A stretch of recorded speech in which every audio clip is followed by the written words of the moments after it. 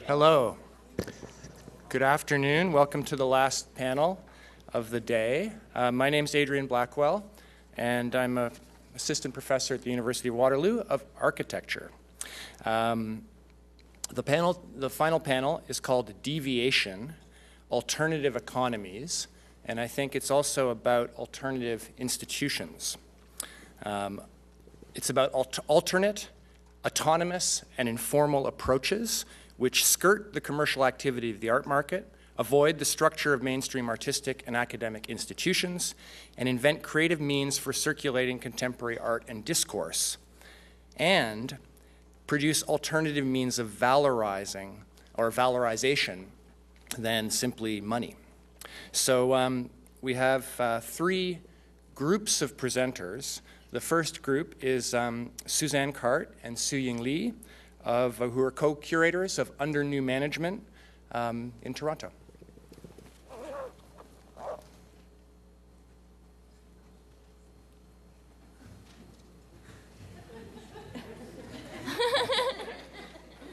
Hello.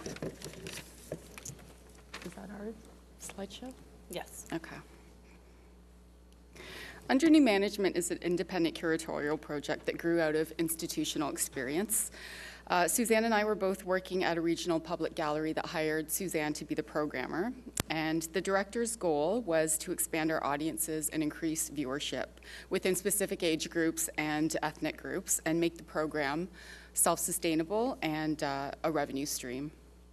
During that time, Suzanne's efforts were met with mixed results. Often we had small, intimate groups show up. Sorry, why are you laughing? No, sorry, it's me. I should stop. Okay. Often small groups came to our events, and we had built relationships with individual audience members, but the programming didn't gain the blockbuster appeal that the institution had hoped for. The expectation for increased numbers remained in that milieu. It was disconnected from discussions about what constituted meaningful engagement. At that time, we both started to daydream, and I would talk to Suzanne about the wackiest ideas that seemed like they'd be of little value in the way that we measured value in that context. And then Under New Management was born. In the summer of 2010, we hung a banner over a retail space that read Under New Management, a phrase that was ubiquitous enough for us to lure in shoppers who, unbeknownst to them, were our audience, our viewers, and our exhibition visitors. Between July 6th and August 28th, we went from a convenience store to a business gone bankrupt to a video rental store and finally a memento shop, all of which were exhibitions in disguise. This space was a testing ground for us to let loose and break away from the formula of measuring value associated with art, artists, audience, and place that we had been working under at the institution. And here we encountered community in a really broad sense. Institutions were with us. Both the Toronto Arts Council and the Ontario Arts Council helped fund our unconventional idea and even maybe absurd project. Mercer Union, an artist-run centre, extended assistance to help us afford a staff member. Public Office, a design agency, subsidized our space rental and design work. And artists and colleagues pitched in to help install. The ever-curious and confused citizens of Toronto came to our grand opening barbecue and stopped in frequently during the course of the project to try to use the bank machine that was really a sculpture, or rent Hollywood blockbusters only to walk away with experimental artist videos.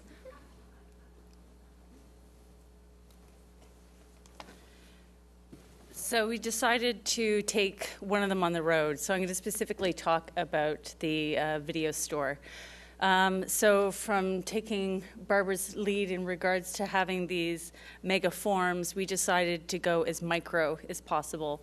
And the mom and pop shop that we had opened up really did form a community. And it wasn't just a bullshit term that we ended up using on a granting application. It actually meant something and it held value. And so with that, it was the economy of friendship, the economy of exchange, and the economy of trust. And that triad of the artist, the curator, and the audience became this circle of trust where all of this reciprocity and generosity had to fall within that. The project was meant to test the flow of trust and generosity, and each member of the equation needed to know that the other player was going to be fair and that it was going to be an equal relationship. With the first iteration of the store, as I said, it was this mom and pop shop, and it was because all of these large spaces in the Queen West were starting to take over, and the small stores were being shut out. So we wanted to have an exchange system where people could come in and rent artist videos, but it was we hoped it to be a non-monetary exchange, where they would just write a letter, or not just, but they would write a letter, send another video, books. We had people come in and leave notes or bake cookies, cut flowers, all exchange of renting a video. And so, as I said, we decided to take this one on the road, and that's when I started to run into problems because it was shown in the gallery space. And it almost deadened the show because the non-monetary exchange, when we were not there to facilitate the conversation with people coming in and the community that was being built, the easiest thing for people to do was go into their pocket and pull out money. And so when the video store with over 200 videos from over 100 artists, the exchange was, as you can see with the Art Gallery, the remuneration for the artist video and for their time was usually a couple of bucks, which really didn't really help the project anyway, because you were getting money from an artist fee, and then you were getting money from the public, and in this case, the value of a letter or introduction to another artist's work or a piece of writing or anything it carried more weight and had more value than the others. So this creation of a third space that didn't have to be a capitalistic and commercial venture, that it could actually be something that was much more about building community. So I think that's my 7 minutes.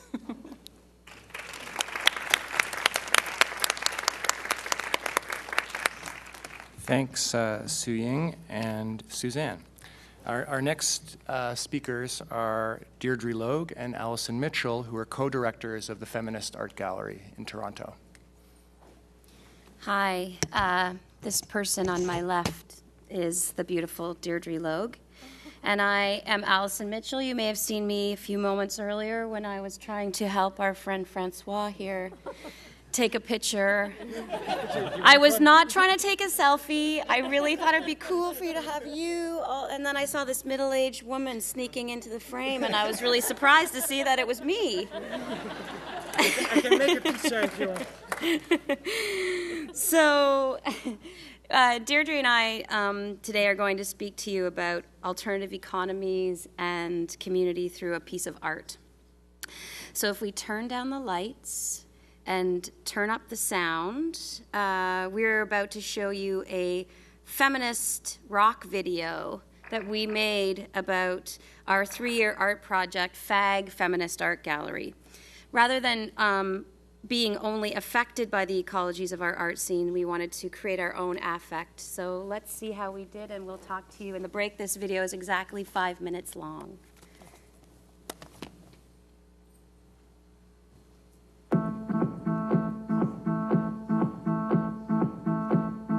FAG, Feminist Art Gallery, is the collaboration of us, artists Deirdre Logue and Allyson Mitchell. Through FAG we host, we fund, we advocate, we support, we claim, and we make. The FAG is a garage in our backyard in Toronto, Canada. Due to the following circumstances, list umpteen statistics about how gender, race, selective homophobia, and class operate in the art world. We propose these slogans: we can't compete, we won't compete. And ask the following questions.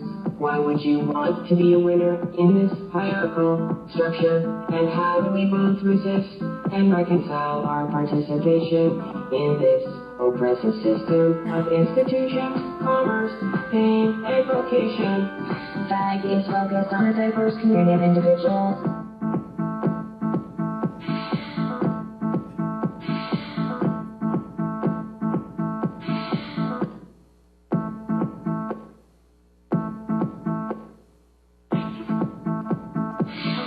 FAG is committed to the cultivation of a new kind of sisterhood that isn't based on gender and privilege, and a new kind of brotherhood that isn't based on rape and pillage.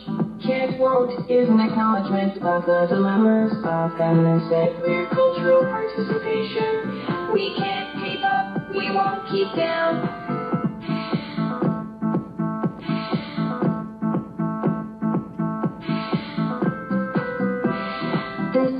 Slideshow is a collage of images from our first 3 years that include people, gatherings, art documentation, activist demos, and sinks full of dirty dishes. We can't compete, we won't compete with systems we are a response to. Instead, we will try to create relationships.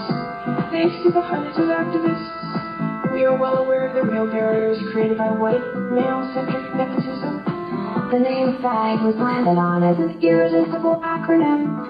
FAG flags the fact that we are not a women's art project, but a feminist one, which is as equally concerned with inequities and oppression around gender as much as class, race, and ability.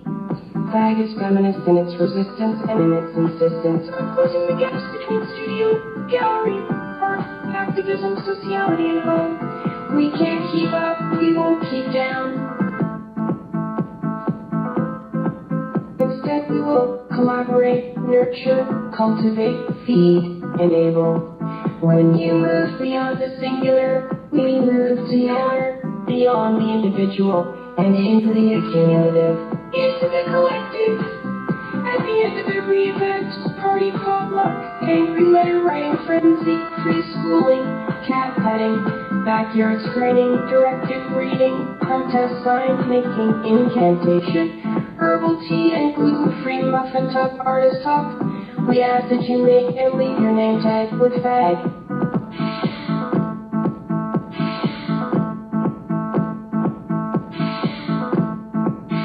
Stuck now to the walls of the gallery, living room and kitchen, and until those walls come down, your name tag helps us and all the other visitors to FAG realize how big this is and how big this could be. We can't compete, we won't compete.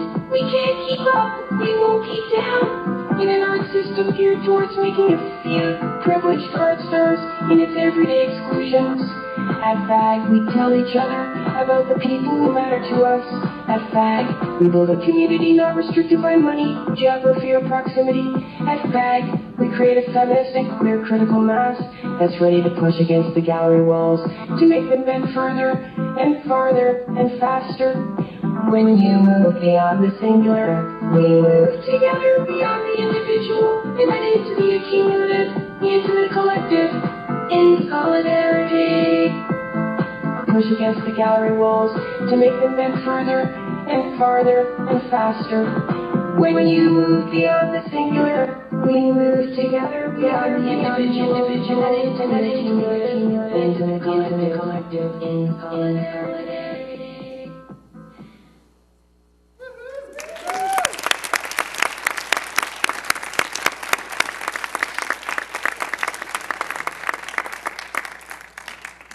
Thanks, Deirdre and Allyson. Our last speaker is Mathilde Villeneuve, who's the co-director of Les Laboratoires d'Aubervilliers in Paris. But we feel more like dancing now, huh? I'm the last one. I will try not to make you fall asleep. Yeah, I show a lot of images of what we do, the space and stuff, that you can have a feeling of it. But I will not explain the images. And I will more try to present the space and explain how fantastic is the space. And I can say it because I didn't initiate it. It was initiated by François Verret, who is a choreographer in around 2000. So it was first his studio, actually, that he decided to make an art space open to every artist.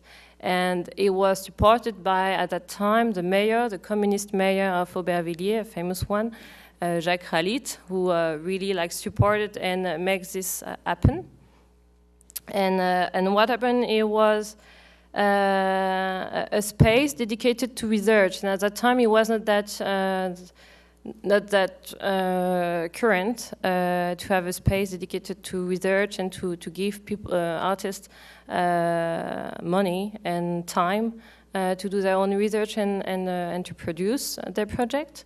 And it was, since the beginning, a transdisciplinary space, so very open to every art, and still today. So, for example, we have a writer, we have a choreographer, artist, visual art, and so on. And usually, actually, these artists are already in between different disciplines. So we really try not to think into discipline, like this word doesn't really exist, but in project and working with artists.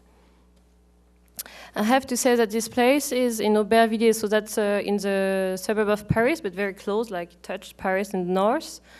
And it is one of the 3 poorest cities in France, actually, and in terms of economical term, but it's also one of the richest one in terms of number of nationalities, and so culture, historical culture, language, and it has a singular, a special history because it was so much abundant, I think, so much abundant city that it really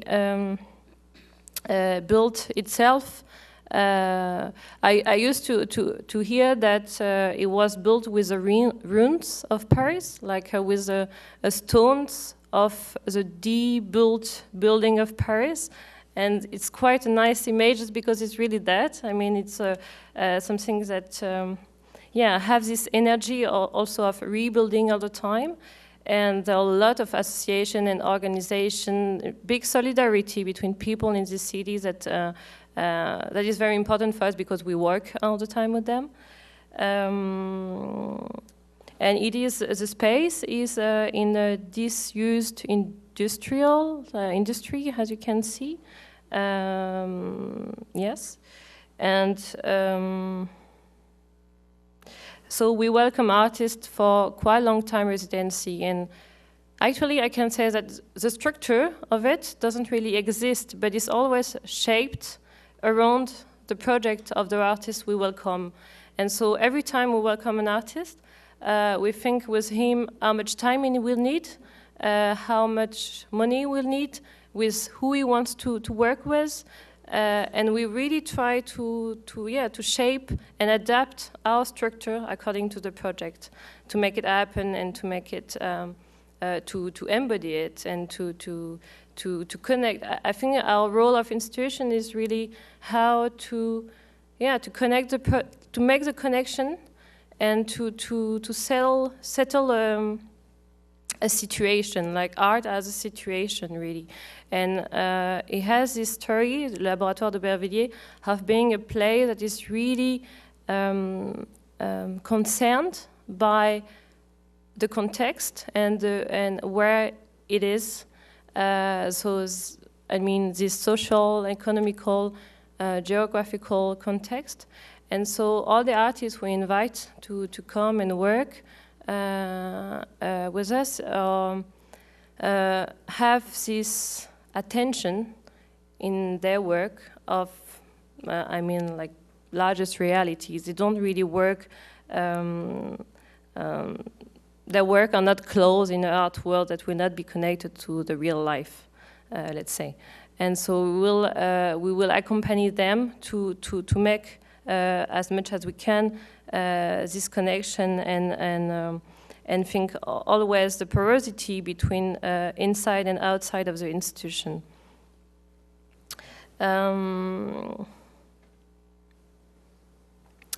And I was thinking about the public and what we said yesterday about community and how we see public. And I wanted to stress that we really not try to have a linear approach of the public, so we don't think there is an art object that will be finished and then when it's finished show to the public, but we really work with the artist to imply the public since the beginning of the project. So we will also, the artist will develop forms of sharing his research, and this form of sharing research will be actually a form of publication, and so forms. But usually, and of course, according to the project of each artist, the implication are not the same, method of implication are not the same, people are not the same. So we reinvent also all the time this kind of ways of working.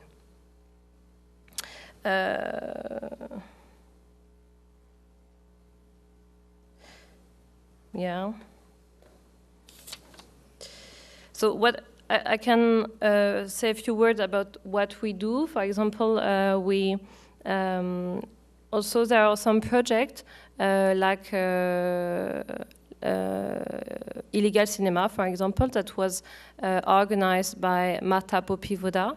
And she went before we arrived at the Laboratoire de Aubervilliers. Something that is very important that I didn't say, it is there is always a collective direction. So we are 3 directors and always one artist in this direction. So with me, there is Alexandra Baudelot, who is more like a curator and coming from dance, but also Dora Garcia, who is a Spanish performer artist.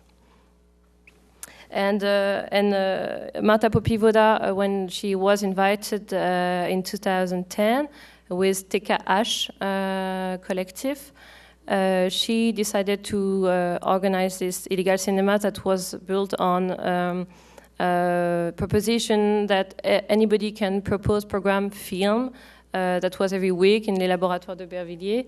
And anybody can program and so be the viewer or the programmator of the film. But she wanted that the author of the film will not be there because she really wanted there was a discussion afterwards after the shooting of the film, not the shooting, the diffusion, the screening. Thank you, of the film. And so she wanted to free the speech of the people there, and that is something that occurred during her residency. But we decided after she left to continue the project, and so there are several projects like this that have really changed the identity of the institution. And that because we have decided to continue after the artist left, there is another one, like La Semeuse, that was done by Margitica Porteczk. And it's a quite complicated project, but one of the emanation of the project is a kind of gardening, sharing garden that you could see, that you have seen before. And so there was kind of workshop, people can learn how to garden. They could come and at the Laboratoire have their own garden also. And we organized a lot of meetings, yes, I'm finished. A lot of meetings with architects, urbanists, artists, different people to deal with problematic like biodiversity in urban space. And it's something that still continue after Margitica left the Laboratoire. So it is very interesting also to question the institution through always the project of the artist, and because of course this project changes all the time.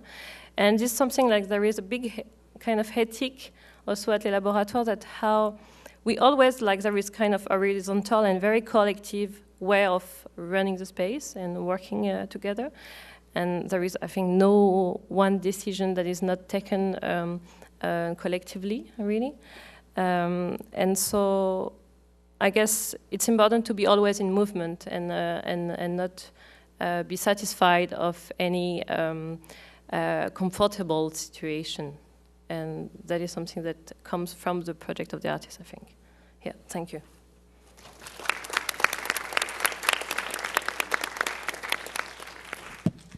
So we're going to have everybody come to the front here for our conversation. So just Deirdre and Allyson and Suzanne and Su-Ying and Mathilde. And you, Andrew, if you want to, but you don't touch these chairs. These chairs are off limits, so that's why we're sitting in these other chairs. You can sit there, yeah. So I'm just going to say a few words about a word that our first speaker of the day, Abbas, thought was not a very relevant concept anymore, but has come up in different locations, the word public and public space. And I guess I'm interested in these three institutions as different kinds of public spaces, but I wanted to try to tease out a little bit why we don't think it's a very useful concept and why it might still be one. So first of all, I guess I'm interested, the obvious dichotomy at the beginning is public and private, that somehow publicness affords an autonomy from the private space of the economy. But bourgeois liberalism is founded on that separation and autonomy. So when property comes into being in the enclosures of the development of capitalism, publicness also comes into being in the modern sense. And bourgeois liberalism makes an interesting operation on the relationship between privateness and publicness. On the one hand, it insists on their separation. So the private economy is totally autonomous from the state, the public state. On the other hand, the public state is designed, is invented to support the economy. That's the notion of the bourgeois ideology and the bourgeois state. So the two things are imbricated at one level, absolutely, and separated at the level of ideology. And so this is where Habermas's idea of the public sphere comes in. So the public sphere is a way to mediate between these apparently separate spaces of the private economy and public authority. And so we're already in a difficult situation where there are two kinds of publics. There's a public sphere that represents civil society against the economy and the public authority of government. And so the public sphere is a kind of resistant thing. And I think I'm interested in the way these three institutions are kinds of public spheres that resist both the economy and the government in different ways, or public authority in different ways. And I think it's also important to mention two other models or elaborations of the concept of the public sphere. In Nancy Fraser's work in terms of counterpublics, which she really works through in terms of feminism, that the counterpublic is necessary because we can't think of a single public sphere that might mediate or resist the power of government and the power of the economy. We need to think of multiple ones, and we need to think of publics that can be generated from the bottom up, in a sense. And I mean, obviously FAG is a great example of a counterpublic, but it's also a kind of public in the sense that Michael Warner talks about publics.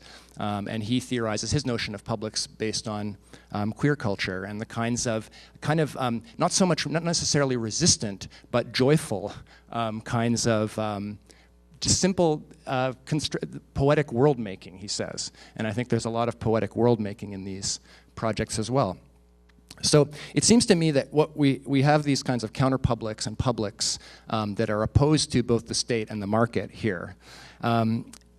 And they have to work within a complex topological space in which the paradox of bourgeois liberalism, this kind of ideological separation and actual connection of the economy and the state, gets folded on top of each other in the most contorted ways, especially under neoliberalism. Neoliberalism is another attempt to say government has nothing to do with the economy, while at the same time running government just like the economy. So under neoliberalism, we have this incredibly contorted and complex relationship between the two things. And so, in response, we have to construct institutions which are also quite complex in the way that they function. And so I'm interested in, I guess my basic question here is, how do you tune your institution as a critique of the private economy and the public authority of government while reproducing yourselves from funds appropriated from those two dimensions of economics and power?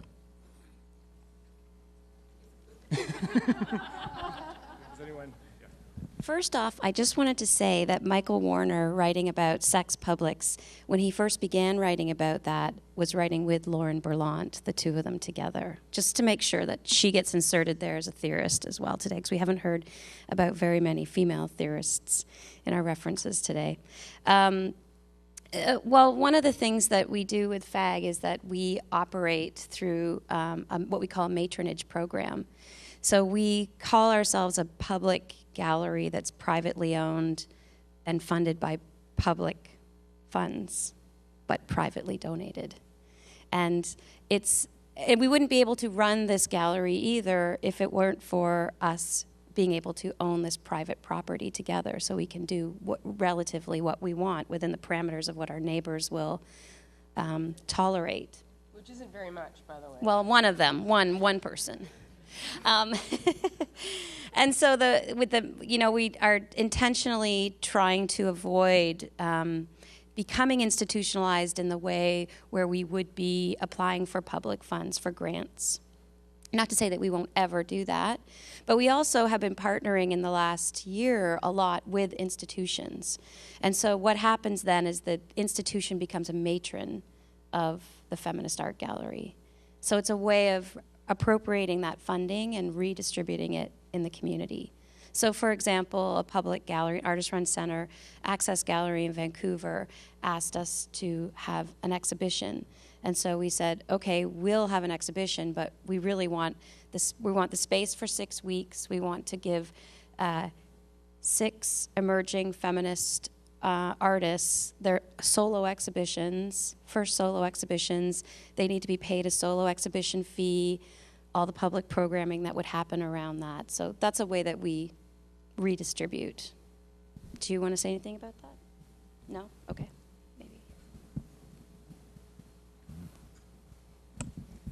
I don't even remember what your question was.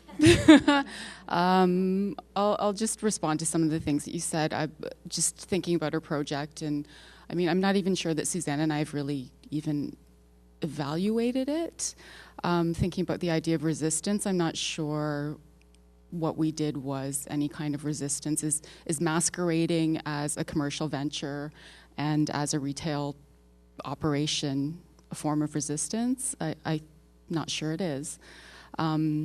Also, the idea, we talked a lot about how to measure success. I don't know if we did that. I mean, we received council grants for the project from 2 funders, and we tallied up the numbers and made that part of our report. But as I said, the project was kind of a response to the ways that we were expected as part of an institution to measure success. And although we did that as expected, I'm not sure if we achieved success in the way that we hoped to by stepping out of the institution and doing something that was in disguise. Actually, I'll just say that stepping back into the institution is where it became problematic. It was when we were in a commercial venture or like a commercial designated area where people walking into the space thought that they understood what it was there for and what we were doing, and then that's when the disjoint happened. But when we brought it into another type of public space or another type of public sphere, that of the gallery, people came to it expecting it to be a show, and then kind of treated it as such, and then the remuneration that the artist received was really quite dumb. And when you think about how coming into a space where you think you're challenged to think in a certain way, and in fact it really dumbed down our audience, rather than when they came into a commercial venture, were excited, and therefore it was far more successful in that case, where they actually thought about what it was that they were going to value their time with.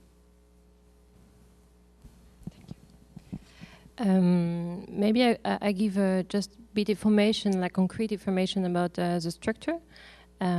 We are almost like 12 people working there. Almost apart from the direction, almost everybody is on a long-term contract. And we receive, because nobody talk about numbers, but I will give some numbers. We receive 500,000 per year from the state, region, department, city. The building belongs to the city, so we have it for free. And we look from like almost 100,000 per year, like we look for money. And that is sometimes public and sometimes private, so it's quite mixed, but it's majoritarily public. And what I can say, like, I'm very new, I started in last January at the place, so there are so many still questions, especially questions you raise now that are very important for me. Where comes from, the money comes from, and what you do with that, and what does it mean and stuff. But what I can say is we always pay attention on that the money doesn't imprison us, and that it cannot, that it doesn't, that it doesn't force us to do anything that we would like not to do. So things that we don't agree with. And of course, when we apply, for example, for money, you have so many case agreed to fill, and that is important to be sure that the project we will organize will not be changed and transformed by this kind of external subsidies. So it's also like it's step by step. I mean, also there is a general idea of being aware of this big amount of money that we get from the state, and like the public money that we get all the time, like every year. But at the same time, we apply for 3 years, and then they choose us, and it means that this contract is they leave us free to do what we explain and what we wanted to do. So there is a deal. Like the deal is we give you the money, we accept you are the next director, we accept your artistic vision, and then do whatever you want, almost. And then, of course, we have to negotiate all the time to be sure that we still do whatever we want. And then, of course, we will not, like this, apply for private Yves Saint Laurent or Vuitton. Like every time we look for money, we try to see what are the most adjusted place to apply. Yeah.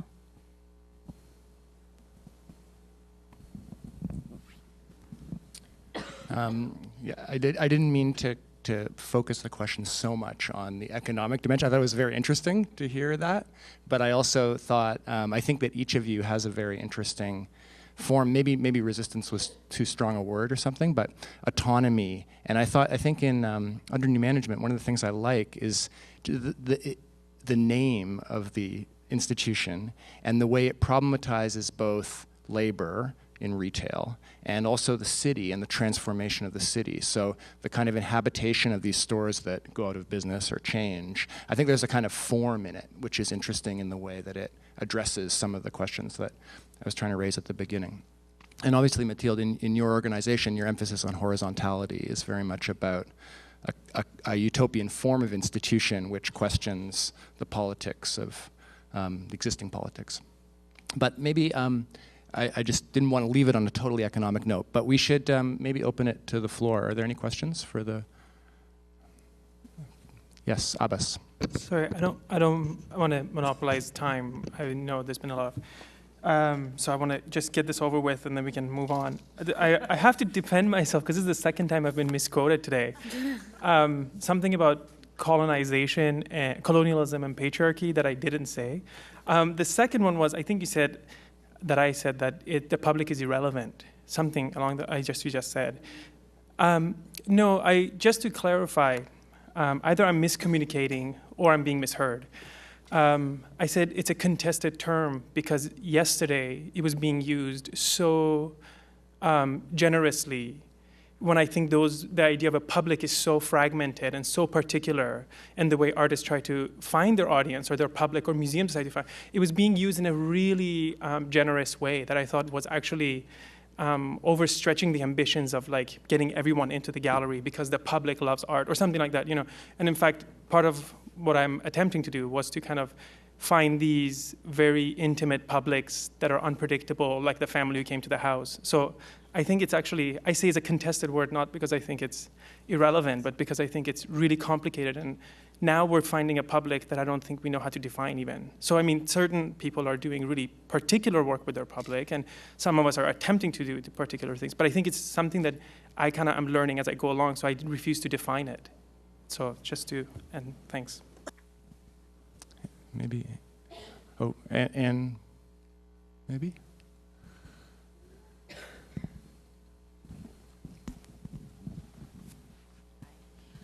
Perhaps this is just more of a comment and observation that, from my observation, the established institutions, I know this is going to sound like it's a very generalized statement, but the established institutions, I think, are looking for ways or have changed or perhaps are changing from places where people go to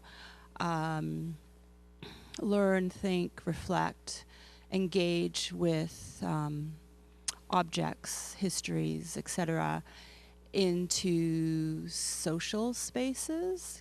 Glenn Lowry has said that the MoMA is now a social space. And I think what I've observed from these presentations today is that these three groups, these entities, I mean, you've created a social space. But you're engaging with the public, but you've created social spaces that perhaps bigger institutions like the MoMA are craving to have. And for various reasons, you know, the big institution, the bureaucracies, the buildings themselves perhaps inhibit freedom of this social space and encounter. I mean, they encourage it, but you've been able to achieve it. And it's something probably that these bigger institutions are really looking at doing and wanting to do. I know that they're wanting to engage, hence this, you know, Friday night, Thursday night, AGO evenings, galleries across the world are doing it. But you've managed to do it in a very, I guess, with rigor and intent and reflection and thought, rather than just, you know, throw open the doors, get some artists in to make some work, have some beer, have some wine. So you've managed to do what I think some of these bigger institutions are really wanting to do. I just wanted to clarify a couple of things with the Feminist Art Gallery related to what you're saying, Anne, and it's, this is where I'm not really sure if I'm going to say the right thing or the wrong thing, but either way, it's coming out. We established a Feminist Art Gallery because there was no such thing. Not because we wanted to open a gallery, and not because we wanted to have exhibitions, and not because we wanted to be curators or apply for grants and become part of this ecology of an art scene, but rather as and this is where I wonder if the word resistance isn't too soft a word.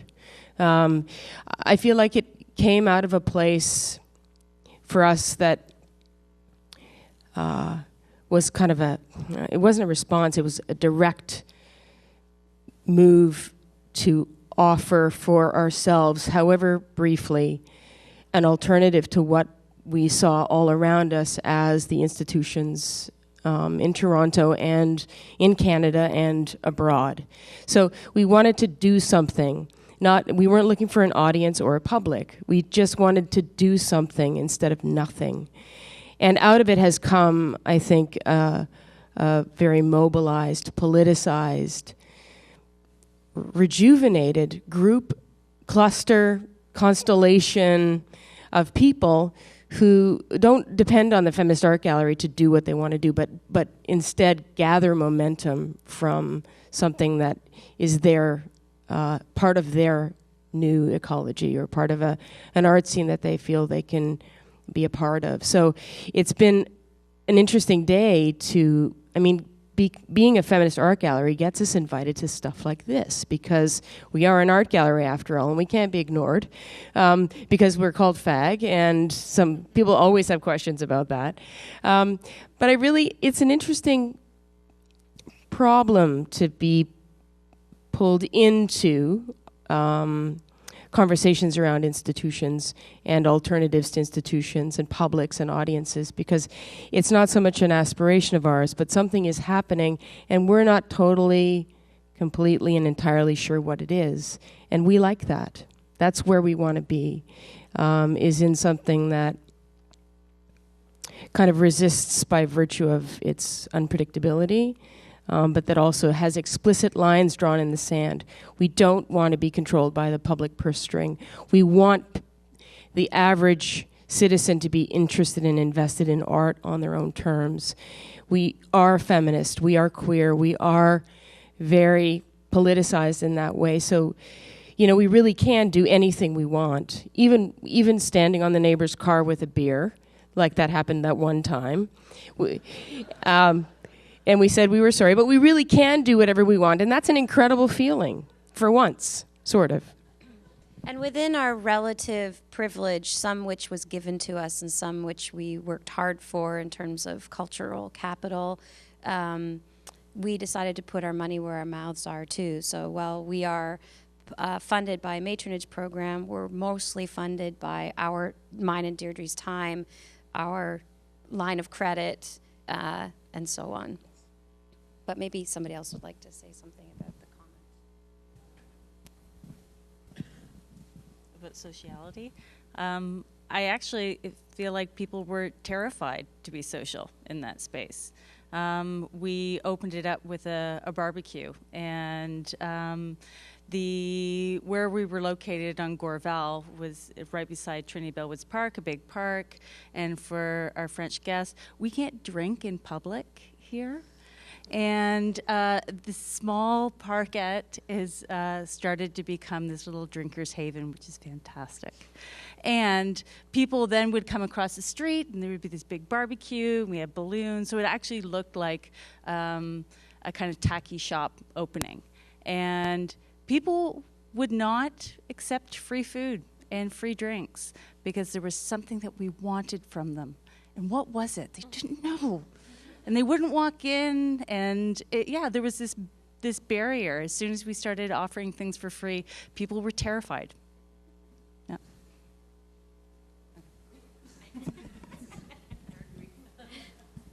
Are there any other questions? Louis. Hey. Thanks, everyone, for your presentations and comments. I love hearing all the initiatives that are happening here. My comment is just to follow up on Anne's question, and just because you brought up the question of, I guess, size and scale and the kind of initiatives that can happen at a, let's say, artist-run level and at a much larger institutional level, and the question of resistance or politics. And I just want to point you to the example of the Reina Sofia Museum in Madrid. Somebody yesterday mentioned Manuel Borja Villel, who's the director there. And I think that is one really interesting example of a very large institution. It's one of the national museums in Spain. So you can imagine the complicated politics and strings of power that apply to that context. But they're doing, they see themselves as having a role in pursuing a politically active and a community, like, let's say, social engagement, community engagement. So I would suggest that the question is not simply one of scale, but also one of vision. Like, I think where there's a vision and a kind of commitment towards resistance or towards engaging the complex politics that Adrian outlined, which we're all, that constitutes our realities, I think it could happen anywhere. We can find a lot of inspiration from artist-run models, but I think if we have the vision and the commitment, that can happen anywhere because it's all run by people. So I just want to give that as a really, really interesting instance. And I'd be happy to talk to you more about it later on. Thanks. Can I jump in on? I'm wondering how Louis and our speakers feel about the idea of the emphasis being primarily, though, on the social when using these strategies for or new engagement strategies in museums, when the social activity that you're animating has a different intention and a different, or what I perceive to be kind of a different, it's not just the social, it's not just valorizing the social, but using the social as a way of shifting things. And so I'm wondering how...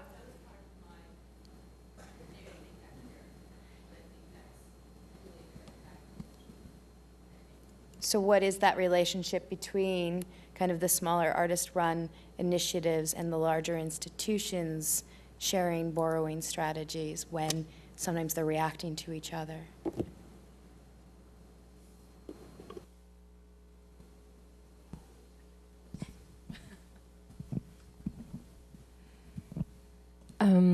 I think of course it's a problem of scale, and like I feel personally very comfortable in the scale of the Laboratoire d'Aubervilliers because I never feel completely disconnected of what's happening. And sometimes I guess when you are like at the head of a big machine, an institutional machine, you can be very far away, and then everything has to be maybe more rationalized. And then plus the, of course, governmental state politics that ask you for making more and more public, so just number of public. So of course, like we completely do the reverse. Like I should say, I really don't care about numbers of public, like of the kind of quantity. And I think I know it's bad, but I really like we really try to. Increase the quality of any relation we have with anyone, and through, of course, the like as I said, the artists we invite are really concerned by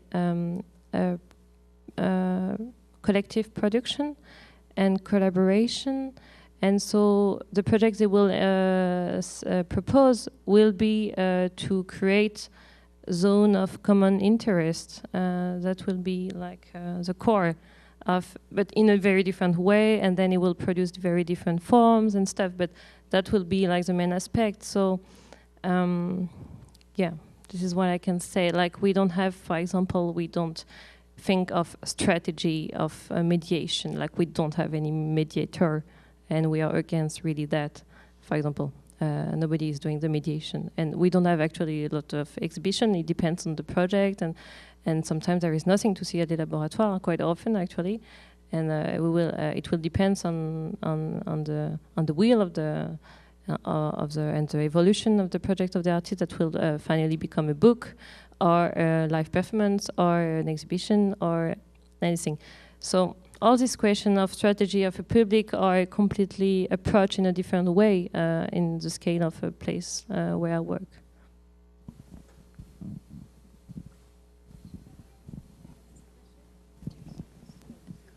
It's not really. Oh, is someone responding? Oh, it's not. Sorry, it's not a question.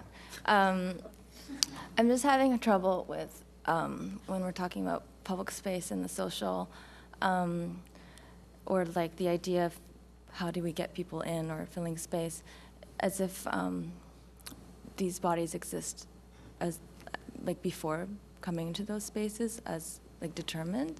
So like you know, when it's this question of like how do you do outreach and you're imagining your audience, you're not it makes you not think about actually what other ways you're already intertwined. So like there's a bunch of like, now you,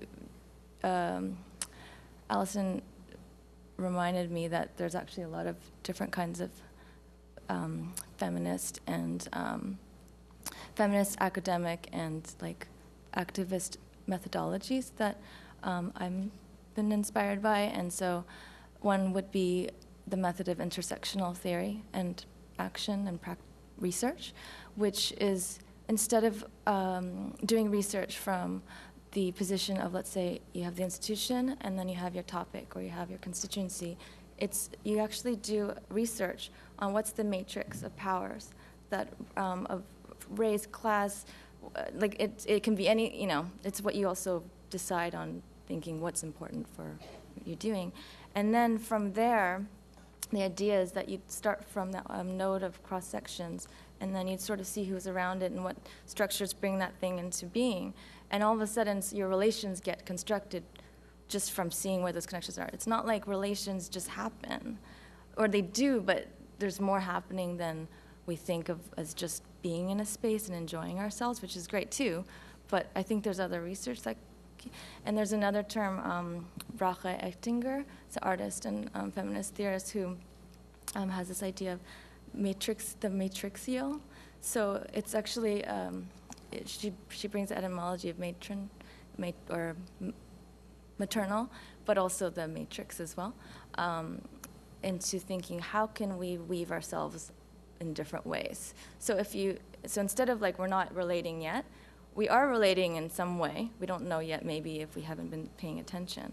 But if you think whenever we're trying to do a new event or action or public, whatever it is, it's and we think we're already woven somehow, then how do we weave it differently? So I don't know, just the stretching, because yeah, that's all.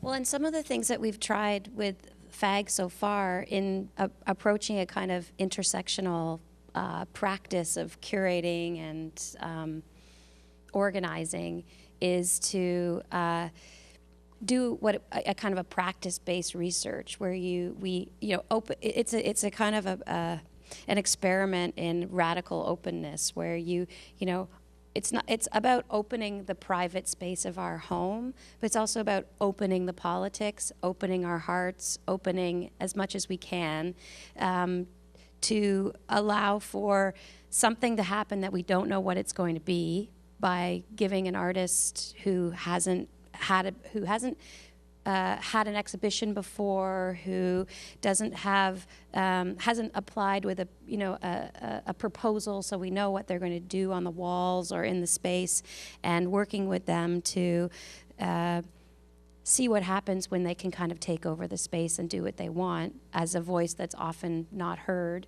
And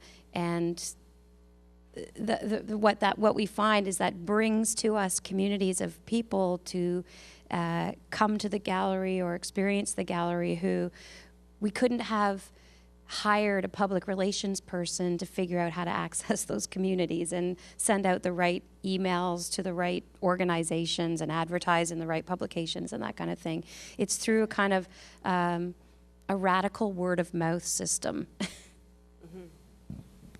Yeah, and I think there's a kind of I don't know, I don't want to use the word maybe it's a consciousness, there's a way that we've been gathering that has, it's we're not trying so hard. I think the institutions often over-predict, they try too hard to create social spaces when really all they do is draw us all the same people, often the same white faces, often the same kind of established art scene to the party, to the opening, to the event. And then, you go there and you're like, well, I have another party just like this to go to in 10 minutes, and all the same people are going to be there anyway, so maybe we'll go now. And, I feel like we're just recycling ourselves in the art scene, and that we don't really think about some of the things that theoretically I think are very powerful and that we've known about for a long time that really speak to community in a very different way, with a very different kind of ambition around who those people are, how they gather, and under what circumstances. So I feel like there's a changing relationship between smaller, more maverick activity in the larger institution. I mean, we're actually very excited to work with larger institutions because they have a lot of money, and we would like to take it and do really good things with it that they're sometimes and often not doing. So it works out well for us. But that kind of the sociality and home stuff, the radical openness, I don't think that's possible for institutions. I think their walls are too high. Their histories are too fraught, and quite frankly, I'm not sure that some of the energy that's mobilized right now, that's politicized right now, actually would work in the institution. So, when we were invited by the Tate Modern to do a workshop and a presentation as part of a conference, and to install some work that we made, we talked to people in London about artists and activists, mostly people very much on the, kind of the margins of the mainstream. We asked them what we should do with our workshop at the Tate, and they were like, that place is dead. The place is dead to the art community. It's over. The Tate, nobody wants to go there and do anything. And so we kind of took that information and repurposed our workshop as a sounding board for artists who had very mixed feelings, conflictual relationships with the Tate Modern. Everybody got 10 minutes on the microphone, and it actually was it was the first time that any of these people would have participated in something at the Tate, and under only these circumstances, but in doing so, kind of exercised their hate on for the Tate, and kind of got up off their asses and went in and did a 10-minute artist talk, but also could then participate in some of the privileges that those institutional credentials bring along with them. So now, they've had a commissioned artist talk or performance at the Tate Modern. They can use that to their advantage as artists outside the institution. So instead of leaving the conflict on the outside of the institution, we're trying to help push and pull people between the two, but I don't think that either of them has to change fundamentally to be able to coexist or collect around certain ideas, problems, or opportunities.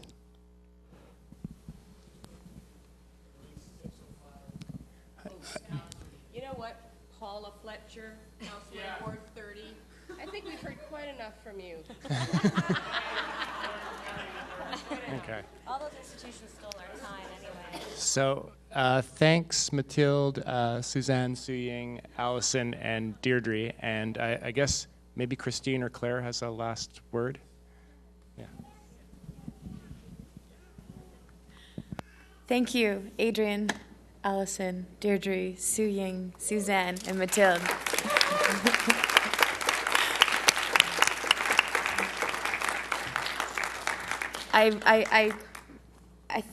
We really appreciate the provocations, I think, generated in this panel and across the day.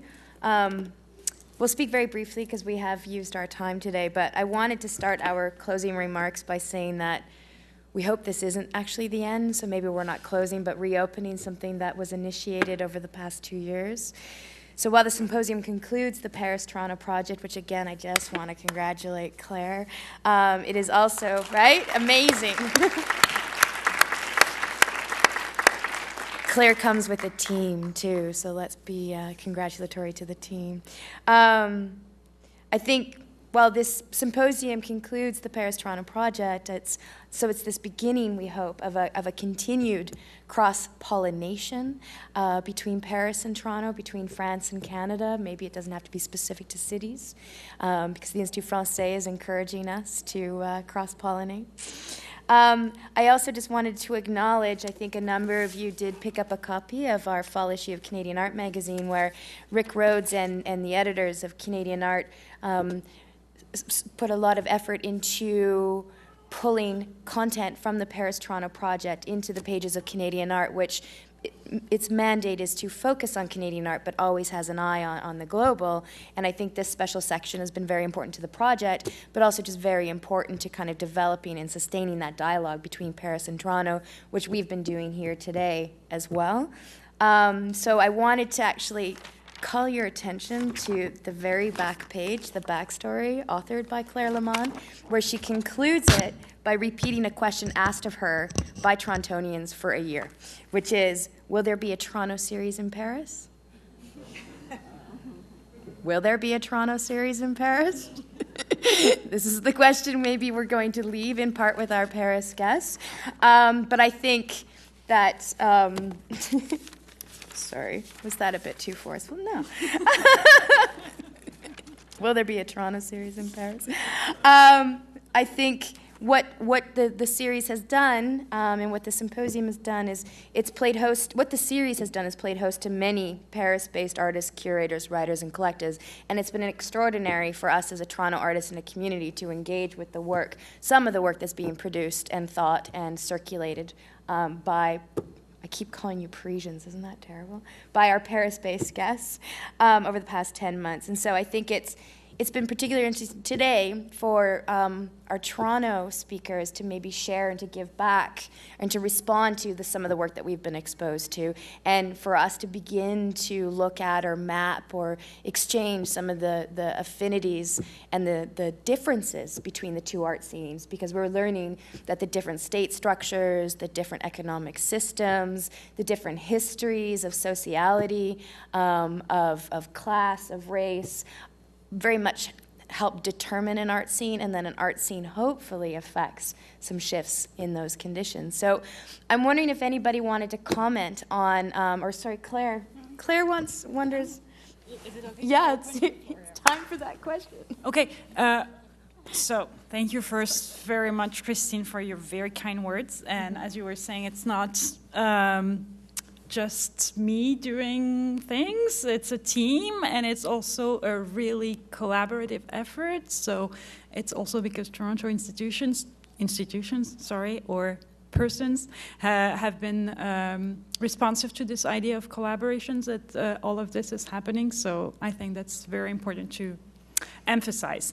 I think one of the questions we were asking to you, but that means the participants, but pretty much everyone in the room, if there are people who want to share like one thing that they want to remember or that struck them most of what they learned this past days. It can be pretty much anything, either something from Paris for the Torontonians or for Toronto for the Parisian, or it can be something from Toronto, about Toronto for the Torontonians. So I will start and give you my very personal comment is that there were many things that were very interesting to me, but I think one thing I look up is the publication that Barbara Fisher mentioned, that the Power Plan did about the Toronto art chronology.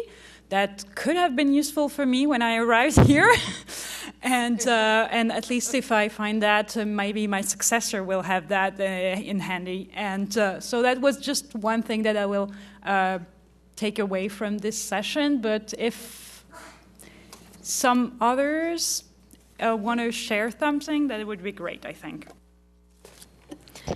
Yeah, I just wanted, because I wanted to say just after the last panel, but I wanted to extend big thank yous to Deirdre, who said something that I really appreciated about this radical openness. That I think is something that in France, in terms of communities, we're a little bit immature. So I think this is a thought that I really will take with me on the plane and back to France. The fact that coming from a background of activism and trying to push boundaries, as she was saying, or as they were saying in the last panel, and bearing all these notions of identity, which is something that is very problematic now in France, in the rise of an extremist party and different questions that are being raised on the national debate. I think this is something that never occurred to me before, that these groups in France that are trying to do in a very, very small way what the FAG might be doing here, or even Maiko and Chris's initiative, that they could carry this idea of radical openness, which they unfortunately are not able to do yet, because, as I was saying, I think there is still a sort of immaturity in France about these questions of community, actually. I didn't invent that term. It comes from bell hooks. Okay, great to know. Thank you.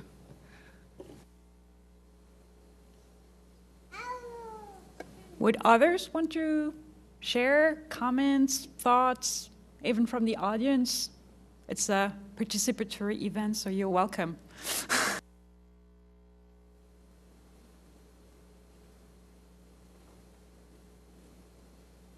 Or is the proposal that we remain open to radicality? And we'll conclude.